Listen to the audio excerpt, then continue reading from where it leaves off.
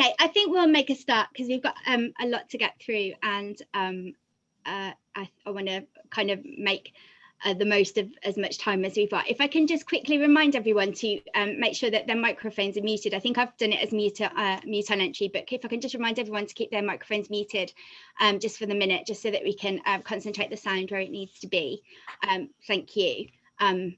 So a huge welcome to everybody and a big good afternoon, and thank you so much to everybody for joining us this afternoon for Murder Most Foreign, Crime Fiction in Translation. It's so great to see so many people here with us this afternoon and to see how much interest there is in the subject of crime fiction in translation.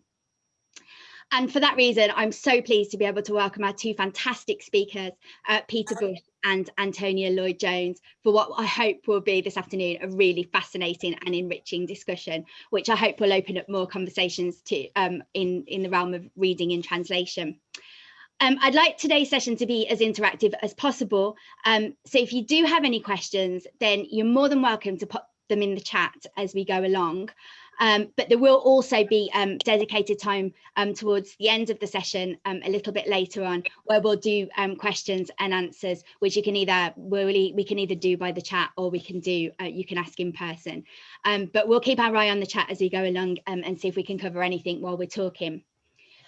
Before we start today's session, and by way of introduction, I'd like to let you know a little bit about the background to today's event, so you can see the kind of the wider context in which it's been organised. So today's talk is the first session that we have after Christmas, so back after Christmas, of a series of reading in translation events that started way back in October. Now, these events have formed part of a project that I'm doing at University College called Reading Across Cultures, the role of translated literature in multicultural and multilingual communities. The goal of which is kind of to look at the way that readers read in translation and the way that they respond to other through translation. The project is funded by the Irish Research Council and Marie Curie, and I just want to say a big thank you to them for funding the event that's taking place today as well. Now, the series of events that we've done so far have included various different types of events. We've done kind of a more traditional reading group session where we've all read the same book and then we've discussed it, but we've done that with the translator and with the publisher. We've had talks from translators about their own works and about a particular book. We had a seminar in November which looked at the role of book clubs in communities and the impact of COVID on people's reading experiences. Those are the sessions that we've had so far, and they're going to continue on until the end of May. We're going to carry on arranging a series of events until the end of May. Our next event is coming up on the 15th of February. So these events take place on will be always taking place on a Monday at 4 p.m. And our next event is on the 15th of February, where we'll be talking about a fantastic Catalan novel called The Passion According to René Vivian by Maria Mercè Marçal, and we'll be talking to the translator of that, Helena Buffery. We're also organising a conference which is going to be taking place in mid-May on the 17th and 18th of May, entitled Reading in Translation, and we've just published the call for papers for that conference. Now, the aim of the conference is to bring together kind of all agents from the kind of reading process, so from publishing, translating, editing, booksellers, librarians, and most of all readers, with kind of the aim to open up this dialogue about what it is to read in translation and how we read in translation. So we invite contributions kind of from all areas in order to open up this conversation in what is a particularly under-researched area still within translation studies. So where can we find out information about all of these events? So I'd like to first of all invite you to have a look at and to follow our Facebook page, which is called Reading Across Cultures. I put the name there on the screen with the link. And on the Facebook page, you'll find not only the details of upcoming events, and kind of reviews and news about translation and books in translation. But you'll also find the recordings of all the past events that we've done. So if there's anything that I've mentioned that might take your fancy, then please go and check out the Facebook page where all the videos are available to view. If you are a little bit more traditional and you don't like Facebook, then you're more than welcome to contact me on my email address, which I've also put on the screen there, jennifer.arnold@ucc.ie. If you have any questions about the project, if you'd like to know anything else, and if you have any ideas or suggestions for any sessions that we could do in the coming months around the theme of reading in translation, then I'd be absolutely thrilled to hear them. It would, I'm really open to any suggestions at all. So please don't hesitate to get in touch. So on to today's session. When I wrote the promotional flyer for today's event, I kind of wrote and said over the past 15 years or so, there's the popularity of crime fiction has undergone a boom that looks set to continue. And the response I've had to today's event and the number of people that have joined us this afternoon here, I think kind of pays testament to that, really. What I'd like to do with today's session is to kind of think about why we're all so fascinated by crime fiction. Why does it appeal to such a wide audience? And why does it travel so well in translation? With locations and settings one of the most important features of the genre, I'd like to think about how the reader experiences this sense of place and discuss how this kind of the reader's experience therefore impacts on the translation process. And in order to do that, I'm absolutely thrilled to introduce two of the most respected and experienced names in the world of translation who have translated some of the biggest names in both of their respective fields, Antonia Lloyd-Jones and Peter Bush. Now, for any of you who might not be familiar with their work, I'm just going to give a little brief introduction before we kind of get into the body of the session.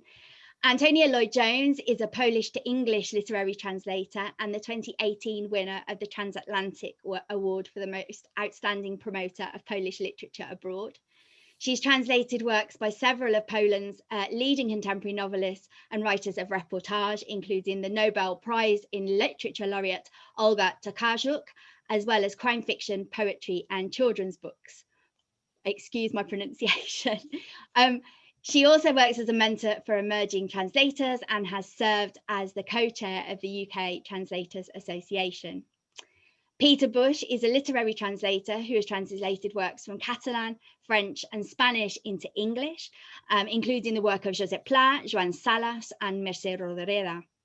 He spent 5 years as director of the British Centre for Literary Translation and was professor the British Centre for Literary Translation and was Professor of Literary Translation at the University of East Anglia. In 2015, he was awarded la Creu de Sant Jordi, the most distinguished award given by the Generalitat of Catalonia for translation and promotion of Catalan literature. His most recent work is a translation of Saltwater by Josep Pla, was published in December by Archipelago Books. So a huge thank you to both of you for joining us today. Thank you so much for your time.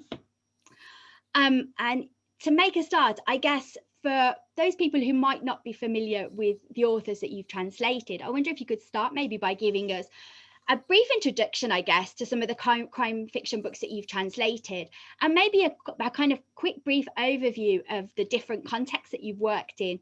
So, Antonia, for example, could you tell us a little bit about what we would expect from Polish crime fiction? Okay, hello. Thank you very much for inviting me to take part. So Polish crime fiction had a kind of mega revival in the wake of the Scandinavian crime fiction in the 2000s, and but it varies quite a lot. They do love setting everything very firmly in Poland, and this is one of the authors who's probably the best seller of the lot who I've translated. He's called Zygmunt Miłoszewski. I don't know if those show up backwards to you or not. Are they backwards? Sorry, Jennifer, I can't. Sorry, they're the right way around. They are the right way around. Okay, so this is a trilogy. The first is Entanglement, the second is A Grain of Truth, and the third is Rage. And they all star the same character who's the state prosecutor rather than a sort of ordinary detective or policeman. And each one is set in a different city: Warsaw, Sandomierz, which you've probably never heard of, and Olsztyn, which you've probably also never heard of. And he has set the stage for some of the other writers. In fact, quite a lot of people have kind of jumped on his bandwagon. But he, as well as having very good, well-constructed murder mysteries, there's always some social issue involved or something which is relevant to Poland. So in this book, it's to do with how former communist secret agents have got away with the crimes of the past. In this one, it's about how Jews were treated, not just during the war, but after the war in Poland and repercussions of that.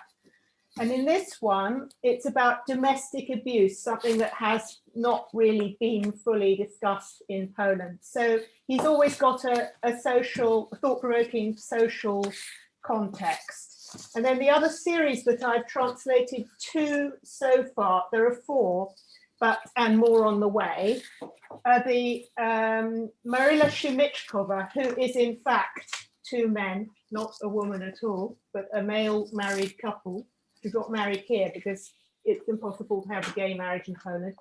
And so far we have Mrs. Moore Goes Missing and Carolina or the Torn Curtain, which is just about to come out.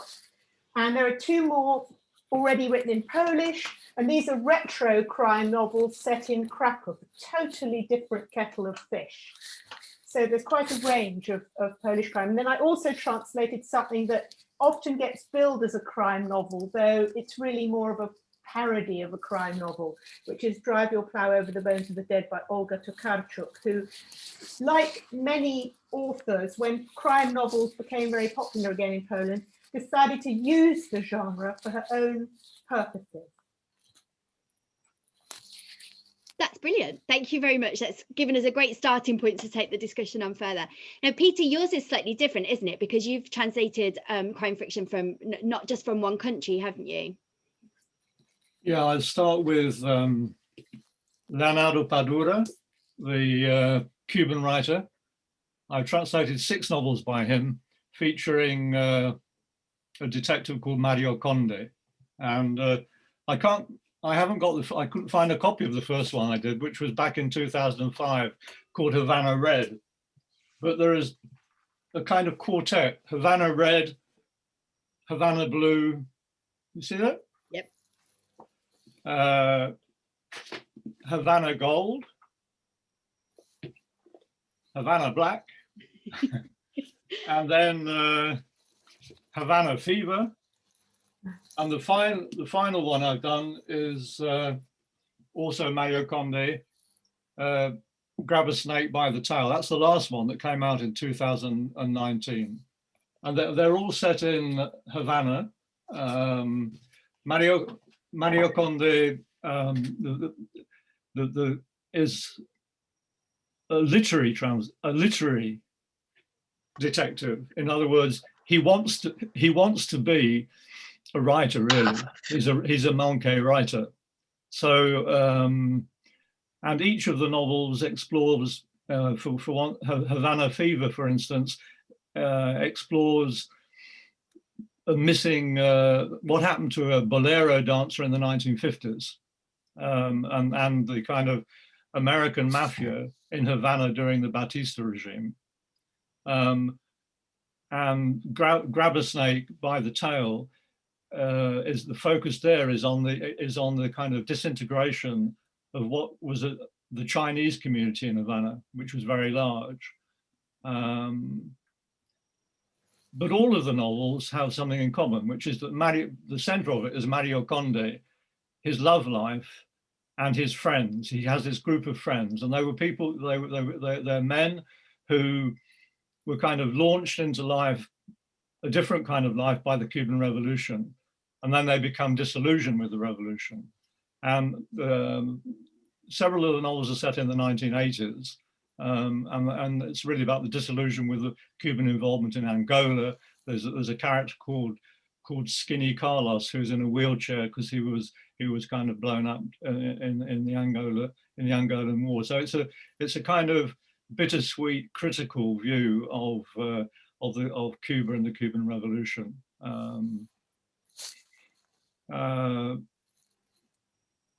And I think that the interesting thing about Mario Conde and knowledge, I think, is much influenced by Vázquez Montalbán, the Spanish writer from Barcelona, and his character Pepe Carvalho. I mean, Mario Conde is a police inspector, and Pepe Carvalho's novels are full of references to food and big, menus and all the rest of it. And so, in each of the Mario Conde novels, there is a big feast at some stage, even though there's not a lot of food around in Cuba. Then the other novelist I've translated is Teresa Solana. The first of her novels was A Not So Perfect Crime, which is a satire on police corruption. A Short Cut to Paradise, which is a satire on the macho kind of elite literary culture that there is in Catalonia and Barcelona. The Sound of One Hand Killing, which is a satire of homeopathic medicines and alternative therapies and all of that, and a set of short stories which are very kind of surreal. I think the thing about Teresa Solana is that her work is satirical. She thinks of herself first and foremost as a sort of satirical writer, as much as being a crime writer. And obviously her novels are all set in Barcelona. Okay. Absolutely, thank you. So we kind of start to open up the discussion a little bit and think about the reader. Antonia, why do you think that crime fiction in translation works so well? Why does crime fiction travel as well as it does? And why is it as popular as it is, do you think? Well, one of the key words there is travel, because I remember when I did my first book, which was for Bitter Lemon Press, they had asked me to find something that would suit their profile. They had this idea that you arrive at an airport and you go to the bookshop and you buy a guidebook and a detective novel set in the place. And it is armchair travel. You can, particularly in the books I've translated, you really are getting a very good, strong image of a very specific place. So for instance, in these series, Marila Shimichkova series, starring the bored professor's wife in 1890s Krakow, whose name is Zofia Turbotinska. A lot of people go to Krakow, for instance. It's a popular tourist destination. These books are extremely firmly set in Krakow, where one of the authors, Piotr Tarczynski, is from. And it's immensely fun to go around finding all the places in the books. And then also, I think they're also travel books in the sense of giving you a very accessible way of finding something out about another country or another place. You really can learn a great deal. These books aren't just crime yarns. They have a great deal of background context, not just describing the place, but describing, as I've said, some of them cover social issues and go into a great deal of detail about the culture of the country in particular. So and anthropologically, there's a huge amount to be learnt from them in a very amusing and entertaining way.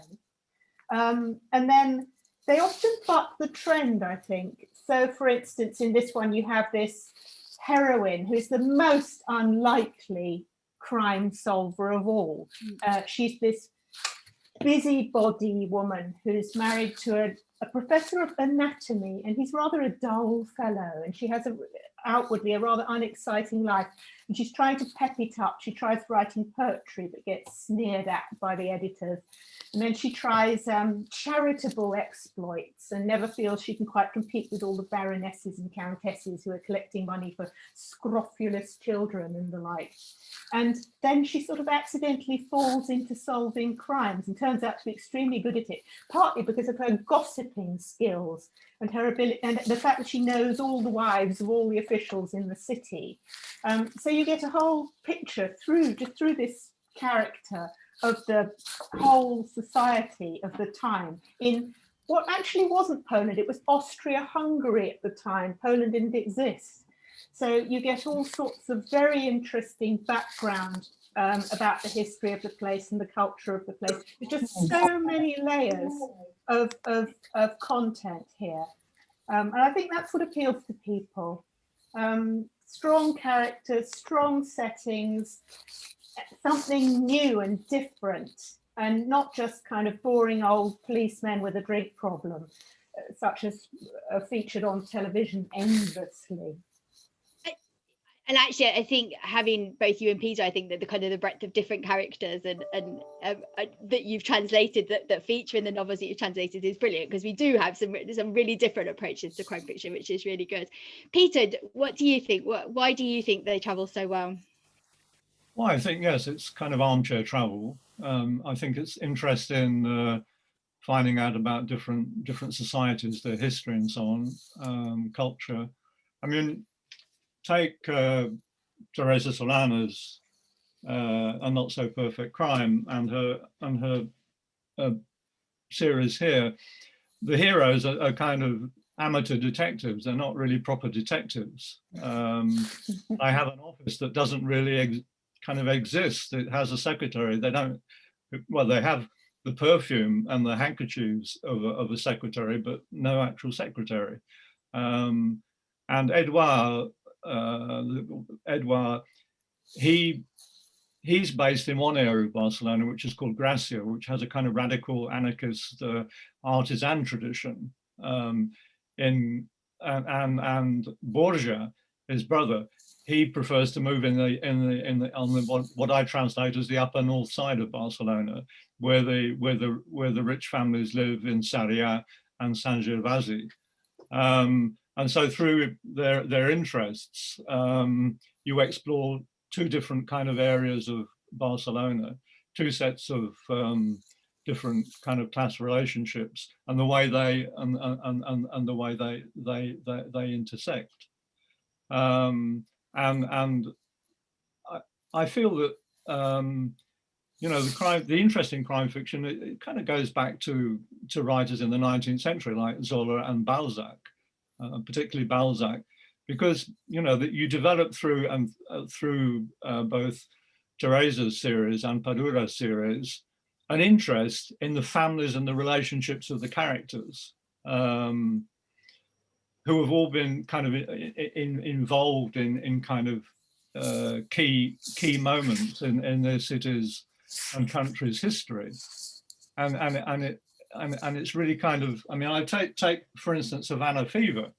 Now look at the front cover of that, Havana Fever, and you can see, you know, there's the bolero singer there, but actually the bolero singer nothing about her appears until about page 50, because the first 50 pages deal with the way that Mario Conde has retired from the police force and he's become a second-hand bookseller.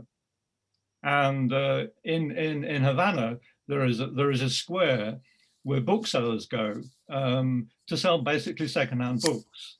And the novel is set in the special period in 1990-91, when the Soviet Union and Eastern Europe, all that kind of support from the Stalinist bloc came to an end, and the Cuban economy went down the drain basically, and people were very, very poor. And so families had to, for instance, sell books. And what does Conde do when he becomes, this would-be writer?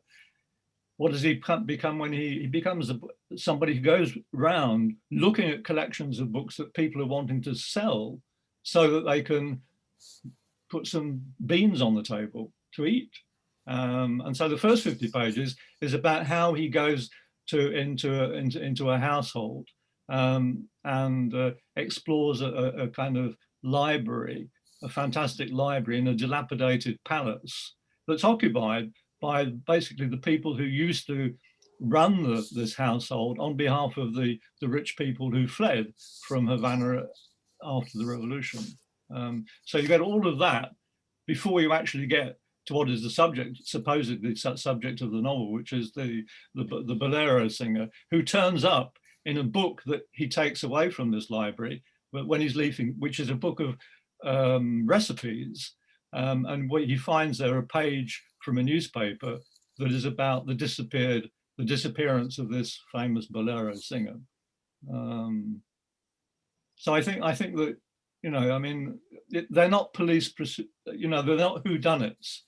Basically, we do want to know who's done it in the end, but that's not the focus of the books that I've translated. The focus goes much kind of beyond and deeper into what, you know, what are these societies and how have they changed, and how are the people kind of, I mean, take for instance A Short Cut to Paradise, the second novel of Teresa, which is a kind of satire on the literary establishment in Barcelona. Again, the subject of the novel, which is the murder of a leading novelist who's just received the big literary prize in Barcelona, and she's murdered in her bedroom after receiving the prize, because somebody knocks on the door who she knows, and she invites him in for a drink, and he promptly kind of knocks her over the head with this magnificent kind of prize that she's just won, the statuette thing. But that doesn't, you know, come until about 50 pages in, because the first part of the novel is about this couple, a translator and his wife, who live in Gracia, who they need 2,000 euros in order to stave off losing their mortgage and losing their house. And so you have all this thing about and again, this is set in 2006, 2008, at the time of the economic crisis and the big housing crisis in Barcelona. And this translator decides to go to a toy shop and buy a toy pistol, and then go to a well-known night spot in Barcelona called Up and Down Club, which is where the fancy people, the rich young jeunesse dorée go in North Barcelona to have a night out, and he's deciding to go and hold up somebody there. So the first 50 pages is all about that, but obviously there is a connection, because the guy that he holds up happens to become the main suspect in the murder. We'll come back to that, because yes. I want to talk to you about Teresa Solana and that piece and the humor, but we'll just park that just for a minute, and we'll revisit. I think it's quite what's really interesting is listening to you both talk, and if I mean, obviously I've read the work, so I have a bit of knowledge, but if I didn't, and I'm on one hand, what we're hearing is that the novels that you translated are really steeped in context, and you know, there's so much kind of political and cultural context that is important to the novel, yet at the same time they travel really well, and I think that, I guess it's strength of story maybe, or I don't know, but if we kind of unpack that a little bit and maybe go back, start with the idea of location and sense of place. Crime, kind of the location and setting in crime fiction has often been described as a character in itself almost. You know, that it's the location and the setting that gives sense to the novel, that gives sense to the crime and makes sense of the crime. One of the reasons that I wanted to invite you both to speak today is because I've used one of each of your novels with reading groups that I've been working with in Cork. We've been reading a book in translation, and we've been talking about it. And what came across from the reading groups that I worked with, who read both of your novels, was the majority of the people who read it had never visited Warsaw. They read Entanglement, and they hadn't been to Barcelona. They weren't familiar with Barcelona. Yet they both came away with it saying that they felt like the cities had been drawn perfectly, that you know, that you got a really good sense of what it was to be in Warsaw or to be in Barcelona. And I found that really interesting, that as a reader you could feel like you're in a city without being familiar with it. So my question is, I guess, how important is creating that clear picture of the city, of the setting for the reader, and how do you go about that in your translation process? Antonia, do you want to start with yours? Yes, I can start. It's extremely important, and as I said earlier, the ones I've translated are just so rooted in the particular places where they happen. So Miłoszewski is a very good example, because there's the book set in Warsaw, and yes, you've heard of Warsaw, you may never have been there, but at least you've heard of it. And then the one set in Sandomierz, which is not such a well-known place, and then the one set in Olsztyn, which is again not a place that's familiar to anybody who hasn't spent time in Poland. And he chose these places for very specific reasons, because it's, you know, obviously with a crime novel, essentially there's got to be a crime in there, hasn't there? But that's the skeleton. Zygmunt always says that that's a very simple skeleton. You have the crime plot can often be fairly ridiculous if you really deconstructed it and looked at it in the bright light of day. But then it's the flesh that you attach to it that matters. And so the place being a very important piece of its clothing. And so I realized that it's easier for people to imagine a big city like this. I did walk around all the places in this book. This is set right where the author was born and grew up, in the very center of Warsaw. Great big recognizable streets. It's extremely easy to identify the kinds of buildings he's describing and so on. This one, it's more complicated. This book is about the criminal, essentially. I'm going to completely spoil the book for you, but the murders are made to look like ritual Jewish killings. So the murderer in the modern day is using mythological, really, fears from the past, as if some Jewish avenger has come back to this city. And the city is a kind of jewel in Poland's tourist crown. It's a place with an incredible medieval old centre, which really is a spectacularly beautiful place, which I recommend visiting. But it's actually quite a dreary city beyond that. So the author does quite a lot of playing around with the small town mentality. We had a very comical incident as a result, which you may or may not wish to hear about. I can tell you later. But he took me there and showed me every single building, street, place that's relevant, because it was very important for me to see that there was this former Jewish life in this city that has disappeared completely. We went to the Jewish cemetery, which still has Juden Raus painted across the kind of pile of Jewish gravestones. It's pathetic and tragic, and it really does reflect some unfortunate attitudes in modern Poland, all of which are based on the non-existence of the Jewish people there. But I think it was very important for me as the translator to go there with the author and be shown all these things and explain, to have that context explained to me, so that I could fully convey as a translator what that author was trying to say. So it does mean some research, going the extra mile, but I'll let Peter pick up. Yeah, Jenny, which novel did you look at by Teresa? Not So Perfect Crime. Oh, Not So Perfect Crime, okay. Well, I should kind of say that Teresa is my wife. Many people may not know that.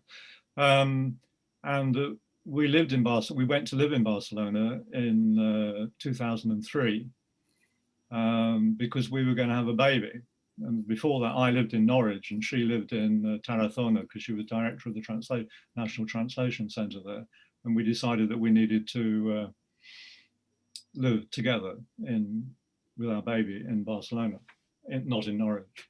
And she began to write the novel, A Not So Perfect Crime, just kind of when she was having the baby, basically.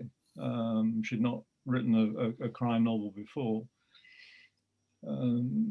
Really kind of after she had the baby, she started writing. And so I kind of saw the novel develop, and I've seen, you know, I kind of see the novels as they develop, and we discuss them, and there are lots of things that are in the novels that relate to incidents in our lives or political things that we've kind of experienced together. And so obviously that is kind of basic research, which comes with my life and our lives. So in a sense, that's a great help. And she's also wanting to write and create an image of Barcelona that is not touristy Barcelona. Yeah. She wants to go into the back streets and the not so glossy side of Barcelona, and I think that and also, I mean, when we were living there, we lived there for 10 years. We lived in 6 different places in Barcelona, so we actually lived in different districts, and that helped me become familiar with the kind of different, you know, because each district is like a little village.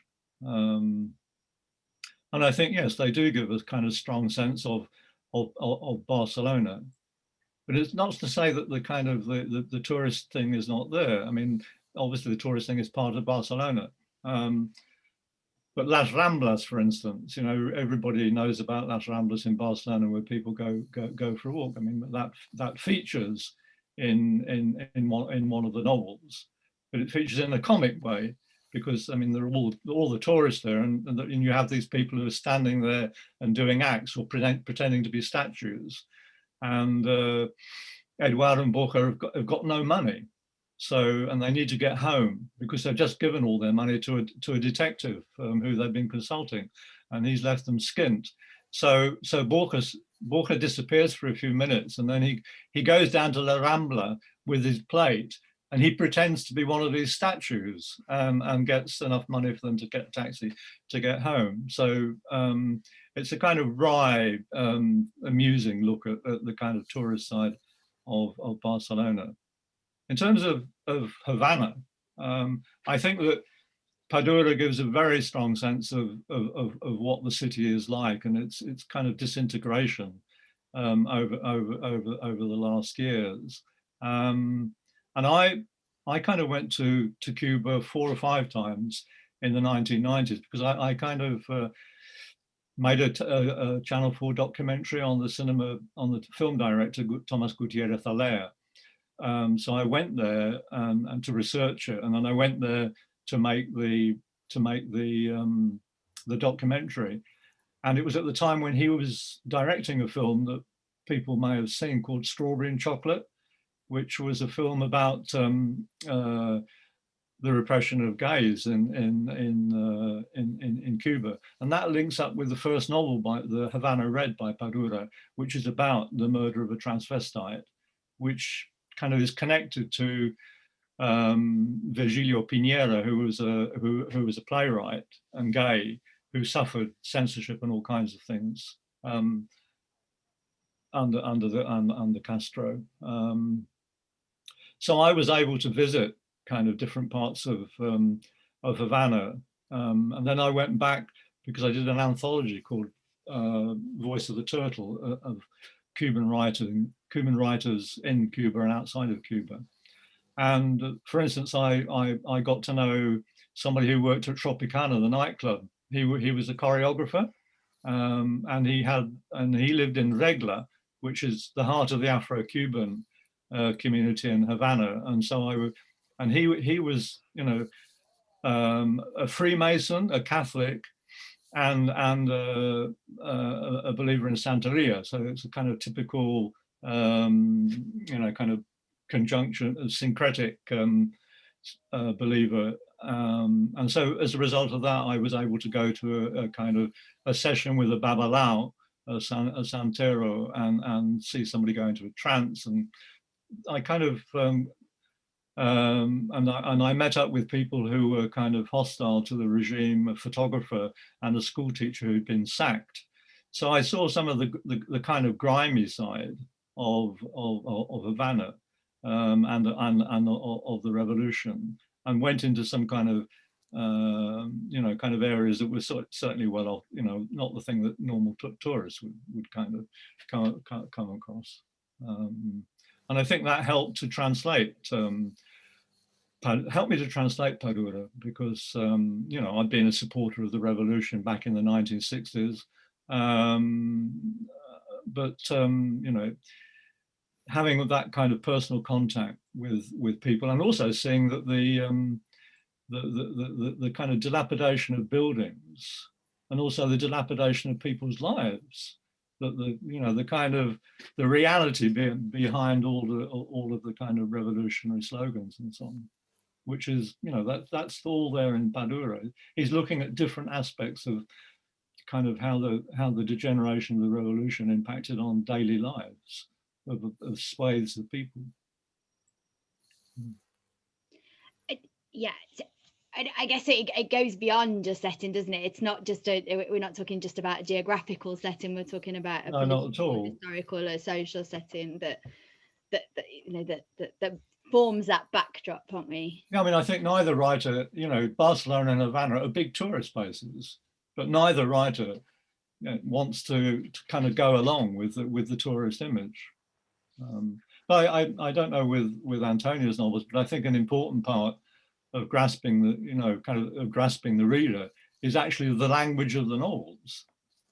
I mean, Padura is not an easy read. His prose can be quite dense. It can be quite kind of slow moving. I mean, there is action, but then there are very detailed descriptions of characters and kind of historical background or social background and so on, always with a kind of sense of humor and so on. And in fact, Mario Conde, his model as a writer is J.D. Salinger. Salinger, he keeps making references to Salinger, and there are even kind of intertext phrases from Salinger set in the text. And his musical references, there's the bolero, but also, what he really likes, what Mario Conde really likes is Creedence Clearwater Revival, and particularly one song called Proud Mary. And whenever the group of friends to get together, they are always listening to that group, and thinking about the days when, like the Beatles and so on, they were banned by the and rock music and long hair and so on were banned by the regime. And similarly with Teresa, I mean, it's not, the novels are not full of sardanas, the Catalan national dance. Although Not So Perfect Crime, when the German translation was being done, the German publisher wanted to call it something like Death Dances the Sardana, when there's not a sardana to be heard in A Not So Perfect Crime. But they thought that would help to sell it.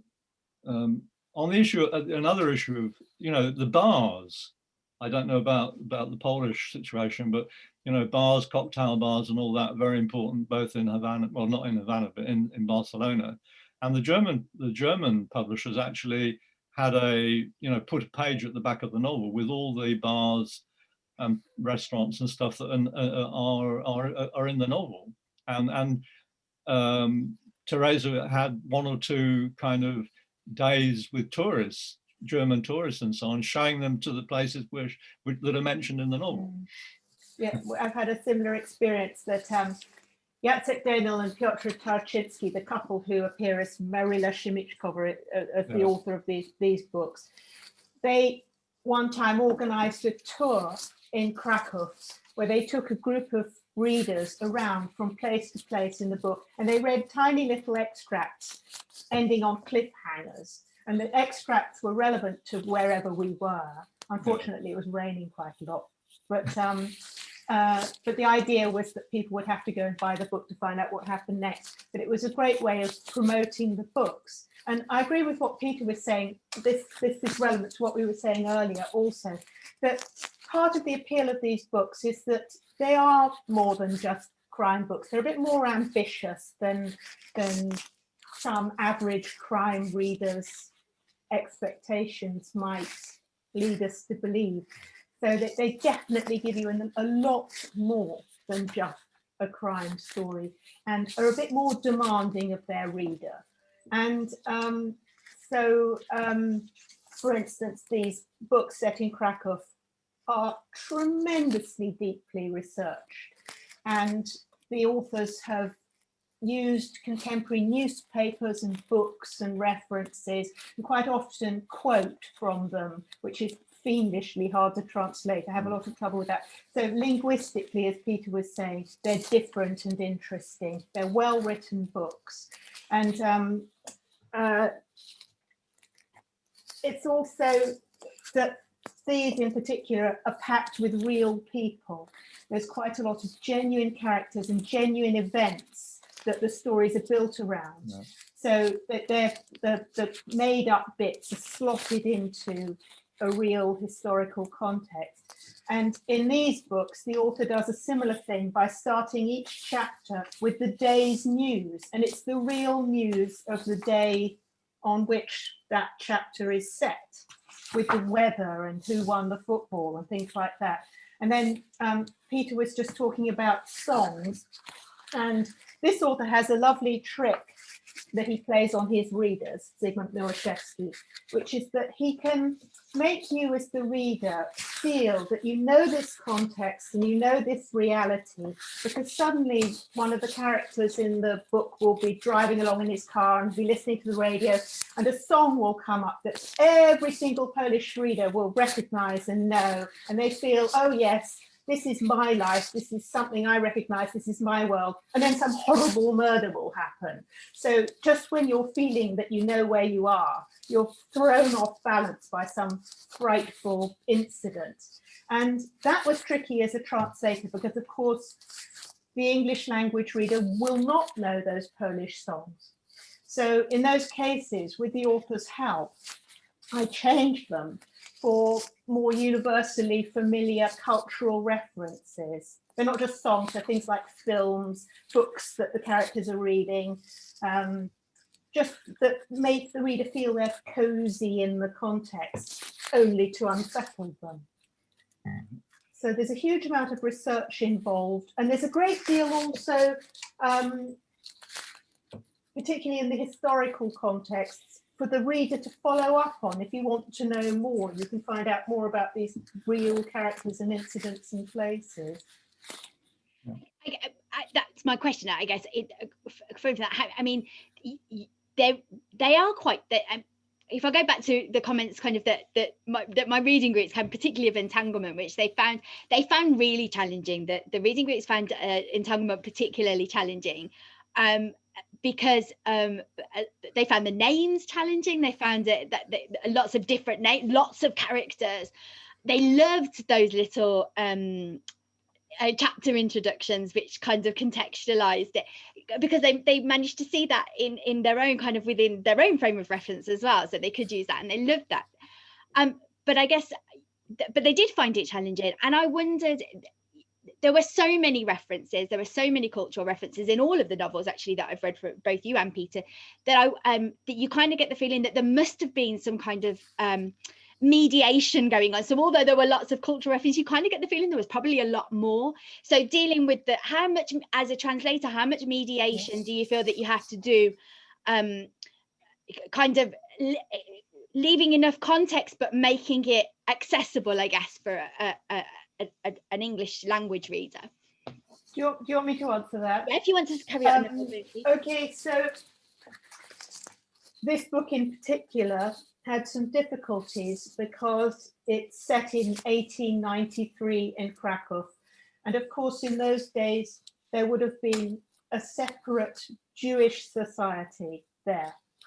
And the world that the heroine of the book belongs to, as the wife of a university professor, is completely alien to that Jewish world. These societies lived in parallel but had no contact whatsoever. And of course, the things that she and her husband say come across as sounding anti-Semitic, because those were the things that people would have said at the time. The publisher had a lot of trouble with this, saying we're going to get a lot of flack if we publish some of these lines. So sometimes I have, in agreement with the authors, modified the way certain things were expressed to make it very clear that those are the opinions of a character at the time in context, but without being too obvious about it.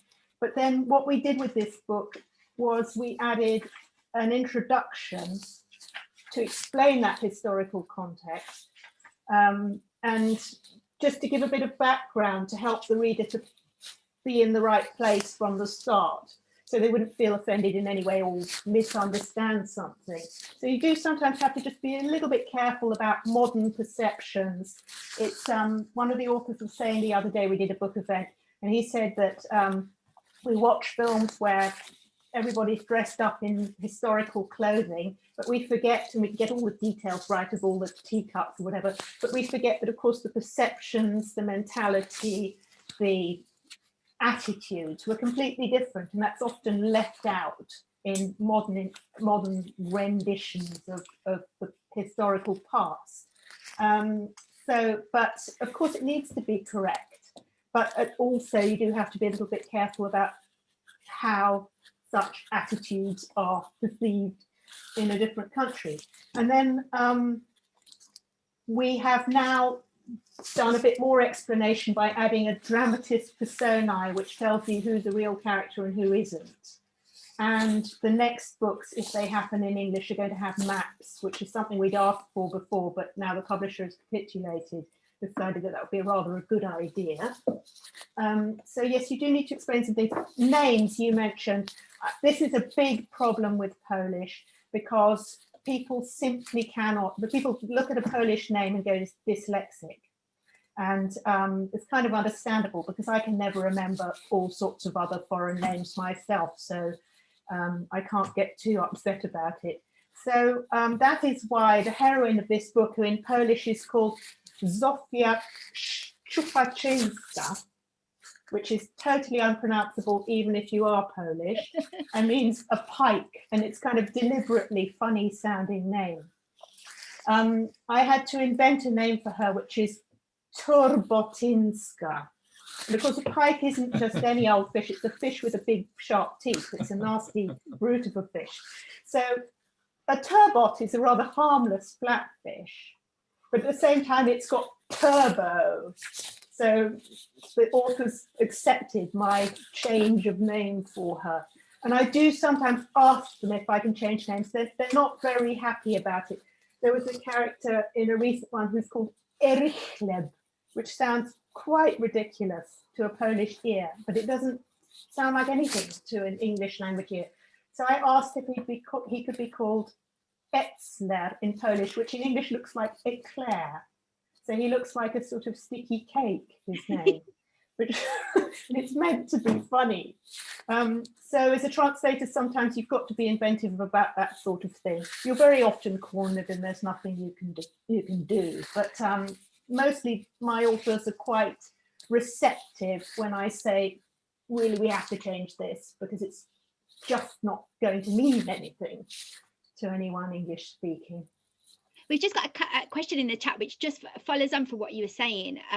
Margaret's asked whether there was a difference between the way that you handled the anti-Semitic themes in the historically set novel and the modern novel, and what was the difference in the way that you handled those? Well, there's a difference in the way the authors have handled them, because the contexts are so different. In fact, in this one, it goes back in time.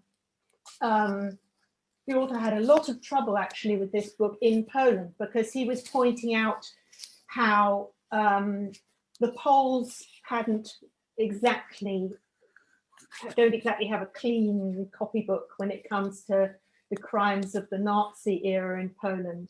And the present government would much rather that sort of fact was skated over or completely and utterly ignored and denied.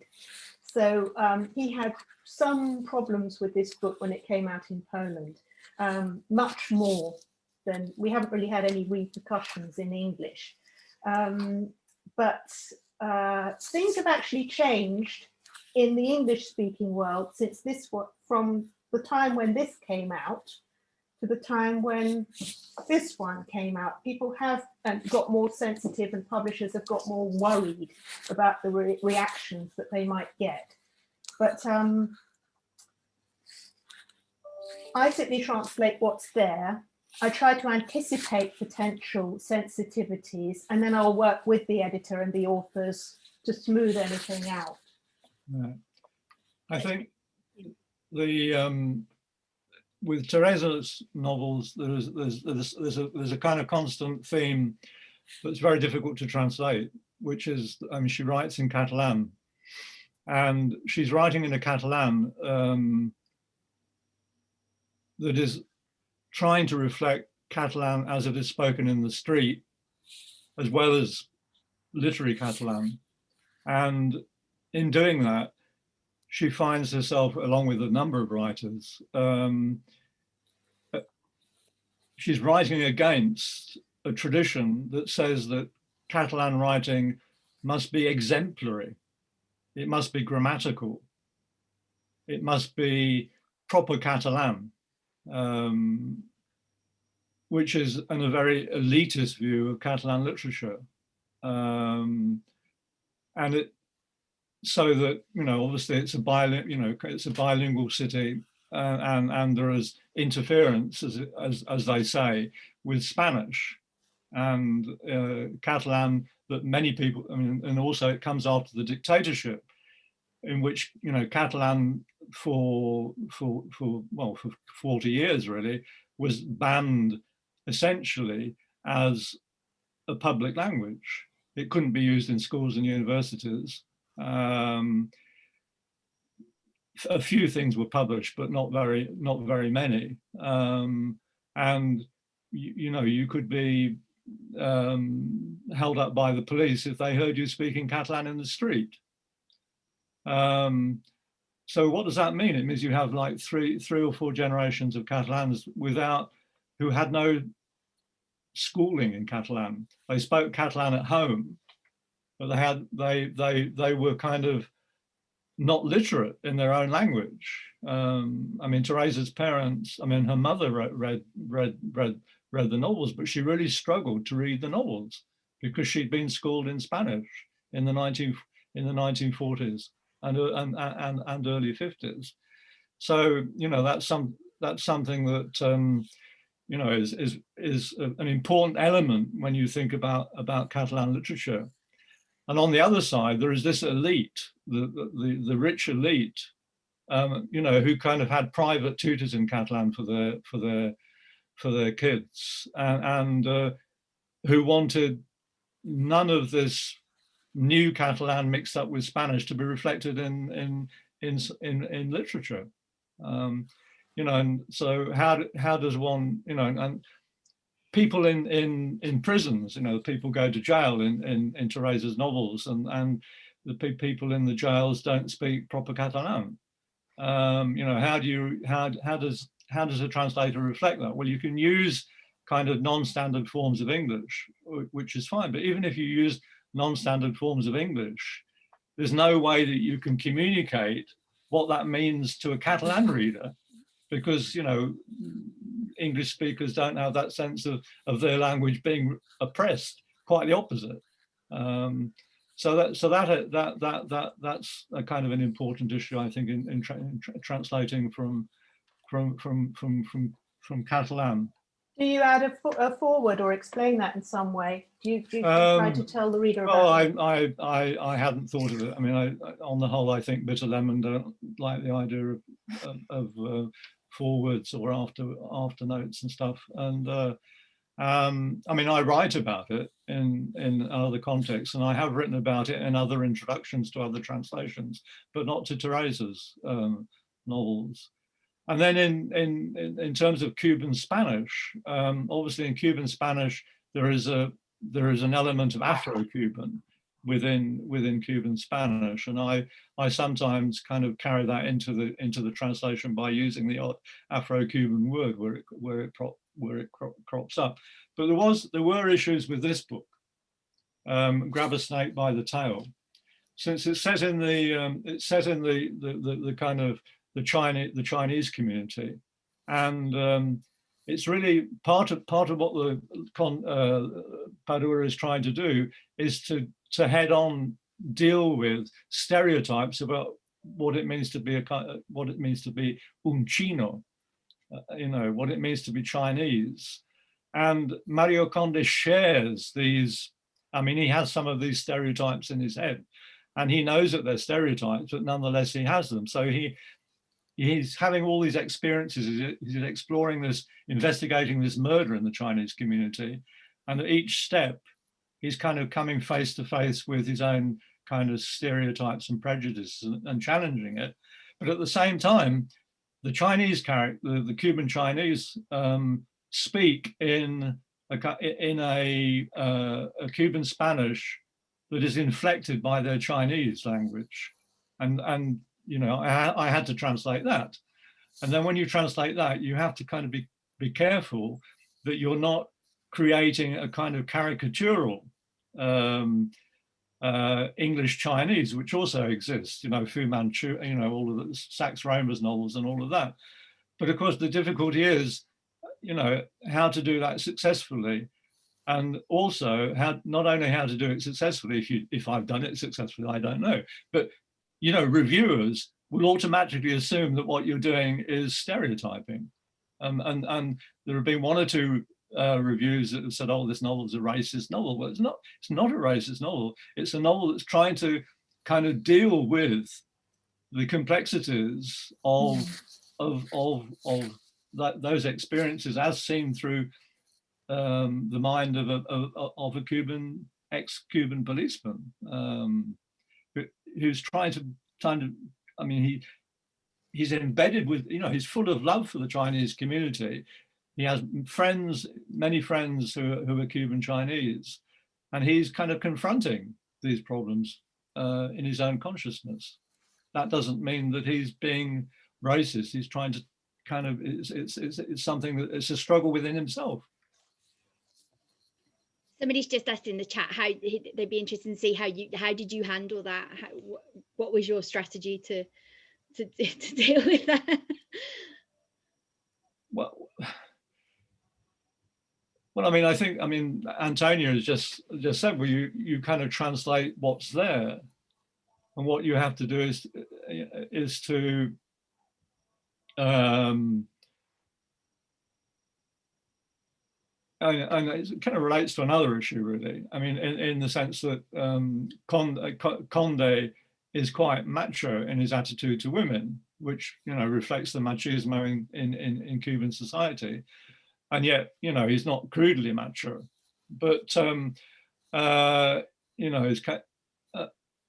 mean, characters in literature have traits that one doesn't admire necessarily, but you have to, they're there. And, kind of, I think at the end of the day, we all have characteristics that we don't really admire and that we struggle with. And I think that, kind of a novelist like Padura is trying to kind of handle those things and kind of create the situations where you see how they operate in a critical way. I mean, his novels are very critical of the revolution, the revolution, and the kind of image of Cuba that you see through the Cuban establishment. His novels are published in Cuba, but they're published in very, very small print runs that soon kind of are soon sold out. I mean, he's somebody who's able to travel, but I think is the kind of most well-known critical Cuban who lives within Cuba. Mm-hmm. And I think he has he kind of has a critical take on all of these issues, going from racism to sexism to the revolution, and kind of the old style Marxism. I think my authors is doing the same thing as Peter's. They're giving portraits of their society that are critical, And part of that is done through these main characters. And so the trilogy, the Shatsky trilogy by Miłoszewski, the main character, Theodor Shatsky, is attractive in some ways, but he's also quite a chauvinist. And one of the things about a series is that you see the development of a character.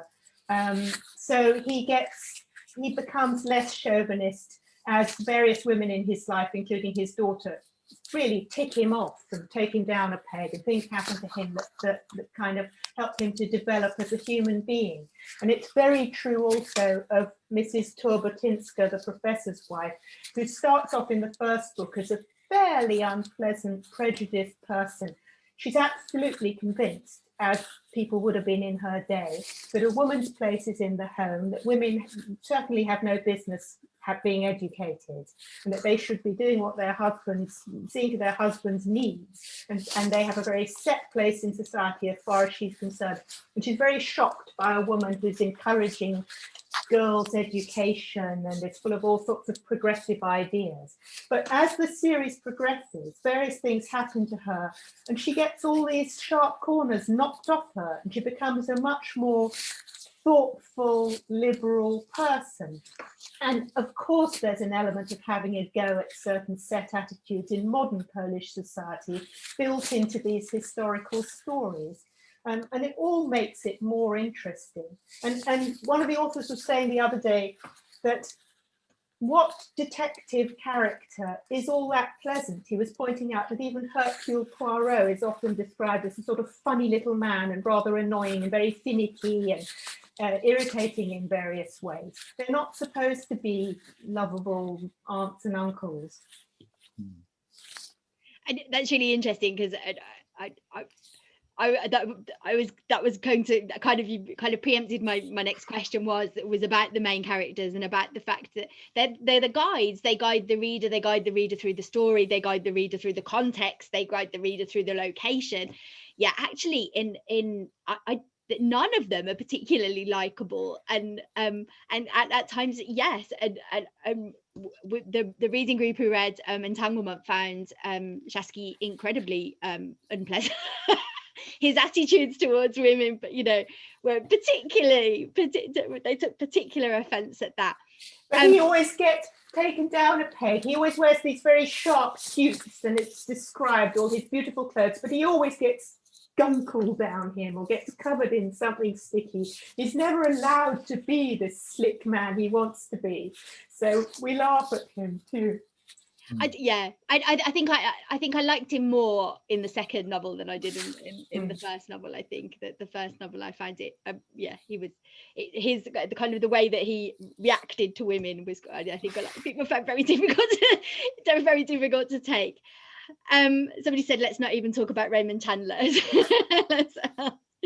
I'm going to if we've got any questions from the audience, it would be great to maybe start if you want to put them in the chat, or if anybody would like to ask their questions in person as well, that would be fine as well.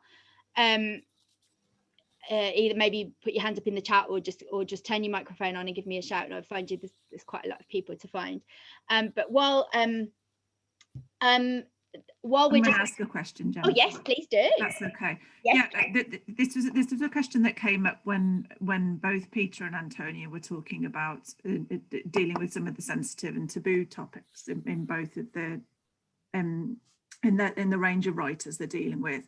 I haven't read all of the translations by any means, but one of the things that I really felt is that you really got a sense of this sort of ironic distancing in the presentation of certain characters, both in Entanglement and in Solana's book. I feel that the kind of relationship between the two brothers also gives you a little bit of a critical window into looking at these sort of, the ridiculous posturing that's going on in choices of languages and choices of, so it helps you into looking at that sociolinguistic situation in a more critical way, I think. And I was just wondering, to both of you, I mean, did you feel at any times that you had to heighten the ironic distance, or to sort of just do, to add in little twists to make sure that the audience, the reader, is reading things with a little bit of, with a little bit of irony, with a little bit of distance. So just, and what you did to do that, basically. I've got one example, particularly this Carolina or the Torn Curtain. It was more of a problem with the American edition. The British editor didn't flag up particularly very much. So there must be a difference between how things are received in Britain compared with in the US. I think that is true. We all know that it's very sensitive there, the whole woke and cancel culture thing. And there was some points in the book where I hadn't really noticed, being British, that there could be an issue, but the editor was concerned and wanted to cut certain things out. And these were to do with what could be perceived as prejudice, either against Jewish characters or against women. There were, I think, a couple of different things. And so what I did was, the authors were adamant, this is historical, this is correct, how dare they suggest taking this out? And I could see their side of it, but I played Piggy in the middle, and I rewrote the text ever so slightly and showed it to the authors and said, would it be acceptable to you if it's modified just a little bit to soften the blow and to show exactly why somebody is saying what they're saying, and that they're not to take it personally? And they were happy with that. And I said to them, okay, you send this to the editor. And she was happy instantly. So there are always ways of, without spoiling the book, without taking anything out, of just phrasing something slightly differently so that everybody is contained. Well, to be honest, I can't think of, I mean, with Teresa's novels, I go out of my way to make them as funny as possible, to make sure that the humor to try and make sure that the humor works in English. And that may mean kind of changing images, metaphors and so on, or possibly cultural references. But I mean, she's very critical of facile, politically correct attitudes within Catalan society, and so I translate that faithfully into my English, because I think that there is a lot of posturing in terms of what is politically correct and what is not politically correct, and this idea that if you change something in language, then you change something in reality, and people that are kind of changing things in language and not in reality, then in their own lives living hypocritically, living with lots of and being very prejudiced. So again, that's part of the kind of complexity of human situations that these novelists that I translate and Antonia translate are trying to deal with. I think that Padura is also somebody who is, you know, at the same time as he's very critical of the kind of the regime and of the establishment and of the kind of lies and deceit at a high level within Cuban society. He's also critical of the kind of people who soft soap, and he kind of goes out of his way to criticize them. And I think he often does so to want to provoke people, to provoke reactions. I think, I mean, all of my work in terms of translating crime fiction has been published by Bitter Lemon, who distribute their books in the US. So I've had kind of, in that sense, no no issues with American editors in translating Leonardo Padura and Teresa Solana. All I can say is that in terms of Padura, he went over to Farrar Straus Giroux, and when that happened, FSG decided that they didn't want me as a translator, and they switched to another translator, which, you know, I was very upset about, and Padura wanted me to continue and so on. But then they decided not to, the FSG decided not to publish Grab a Snake by the Tail. And I'm sure they decided, and so it came to me to translate for Bitter Lemon, but I'm sure that FSG didn't want to publish it because of all these issues about kind of the representations of the Chinese community. I'm sure that must have been, because otherwise, why would they have not translated the next novel by Leonardo Padura?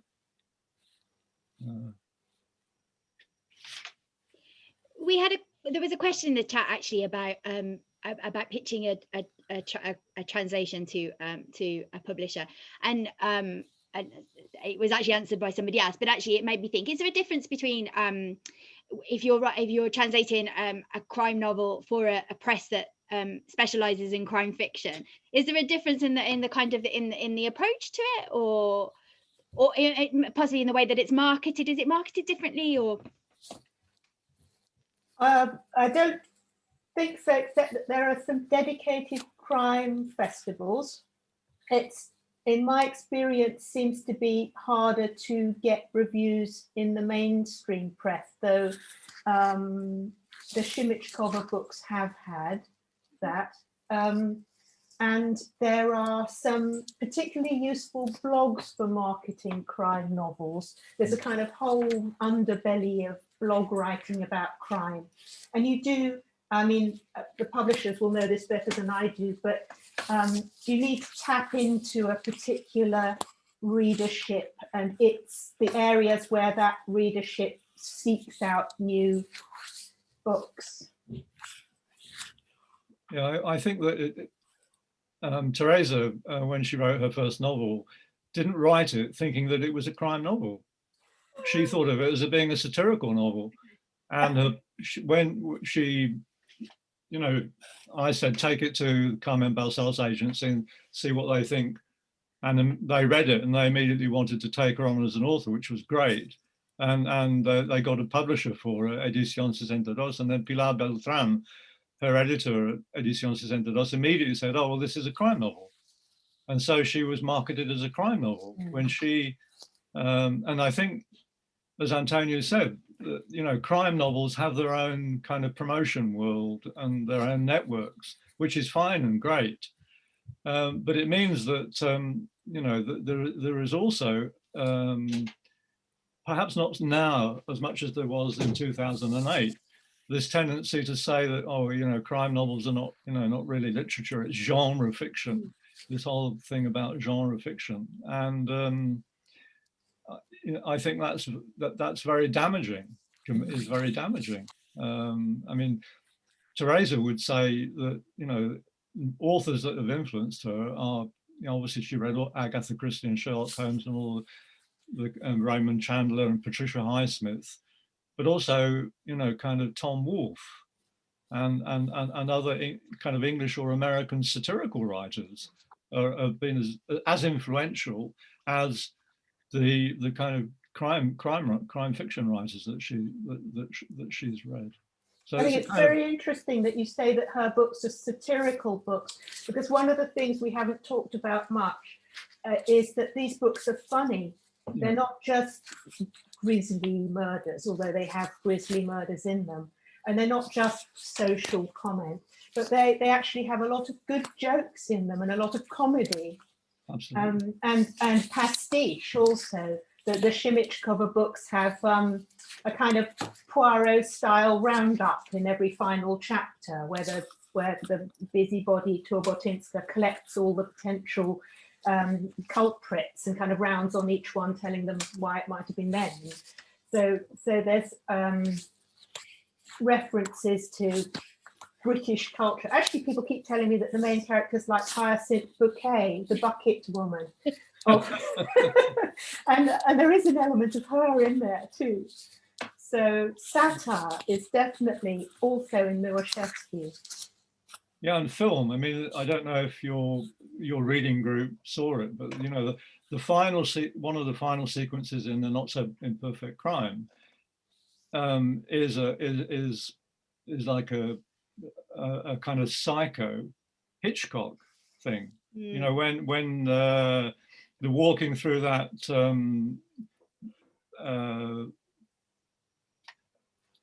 flat looking for a possible murderer, that's a kind of Hitchcockian thing from Psycho, and Teresa's novels are kind of full of that kind of reference to film, which are not necessarily Catalan or Spanish films, but you know, kind of whatever film. But I wonder if that actually possibly that's maybe one of the reasons that they do travel so well, is that they all tap into each other. So I mean, part of it, I guess, that there might be differences in kind of different traditions within each context, but they all draw on some, you know, on a long history of tradition in the genre, don't they? So we can all recognize little bits in, you know, and the kind of, you know, that you can see the references to you know, in Not So Perfect Crime, when they're talking about where they've learned their skills as detectives, that they've learned it from the books or whatever they've read, and you know, so I guess it's that kind of self-reflexive element that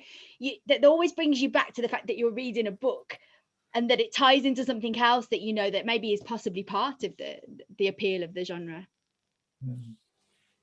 I mean, in Catalanic, I mean, I've just finished translating a novel called A Film 3,000 Meters by Victor Catalan, who's Caterina Albert, and she finished writing that in 1921. And it, you know, kind of when I read it, I was amazed. I mean, it's a picaresque noir novel, and yet it's not kind of recognized as such. And that novel, when it came out, was totally kind of panned by the critics, and it kind of died the death. And it only came kind of into prominence recently when Club Editor, Maria Boigas, republished the novel, you know, kind of 5 or 6 years ago. And it was as if this novel had been rediscovered by by a woman who is, you know, one of the major Catalan woman writer of the 20th century, possibly. And yet it had been stymied because it had this picaresque, I mean, it's set in working class Barcelona. And it was written at the time in kind of 1918, 1919, just after the Russian Revolution, and just after there'd been a whole series of kind of general strikes in Barcelona. And Victor Catalan had been pigeonholed as a kind of writer of a rural novel or rural short stories. You know, how could she dare write something about people who work in factories? Peter, I was just wondering about that. I mean, it's an incredibly graphic novel as well. And how far do you think it was actually the fact that she was a woman writer? Because actually it's incredibly graphic compared to other women writers that I'm thinking of in other languages from that period. So it is a novel that's quite ahead of its time, I think. Absolutely. I mean, in any context. Yeah, I mean, when I, you know, kind of, you know, I did about 9 drafts, you know, and every time I kept thinking, you know, she was writing this in 1919, and it's been totally ignored. No, because she was, I think, because she was a woman, and because she was writing about kind of working, you know, kind of working class environments, as well as the kind of upper class environments in the novel, in a way that people found extremely kind of disturbing and uncomfortable. They didn't really want to face up to this. It's interesting that you say this book gets pigeonholed as a crime novel. No, it doesn't. It doesn't. Oh. No, I mean, it doesn't. It really doesn't get pigeonholed as anything except as a failed novel. Oh dear. I mean, you know, it just kind of it disappeared off the map, really. But that has to do with the machismo of the Catalan literary establishment and this elitism that I mentioned, because this novel is full of characters who speak Catalan and who actually see Spanish as a foreign language, and yet their Catalan is flecked with kind of Spanish references and Spanish words and so on.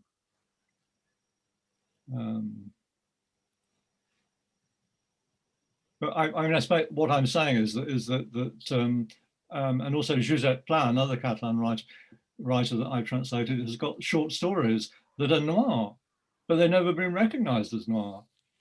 Like Grapes and Bread, Raim. Does he think of them as noir himself? Is he writing them as crime fiction or not?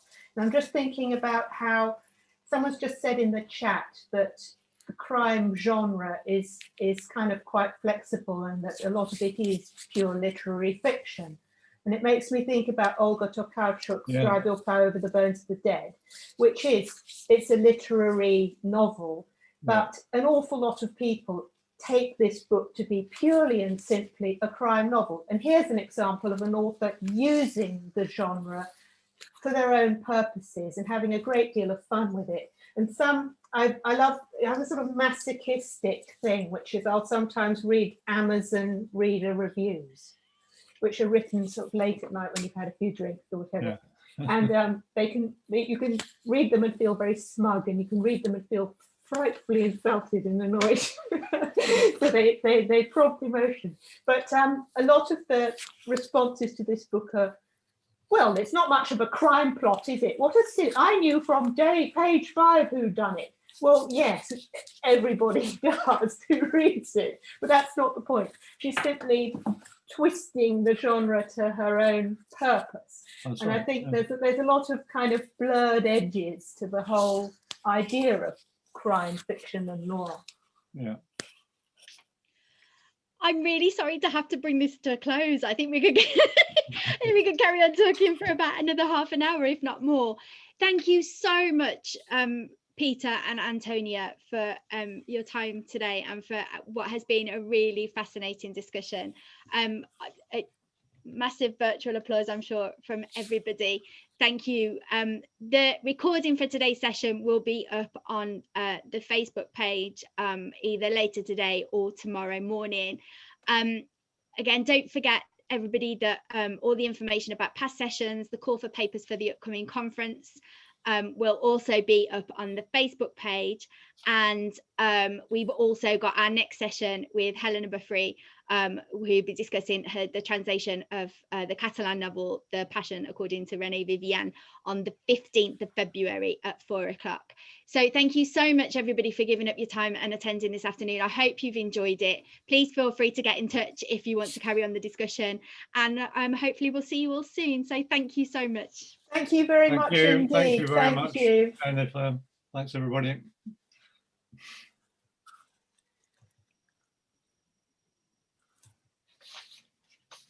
Thank you from Cork. Thank you. Bye. Thank you. Bye. Thank you. Bye-bye. Bye. Bye. Bye. Bye, Antonia. Bye.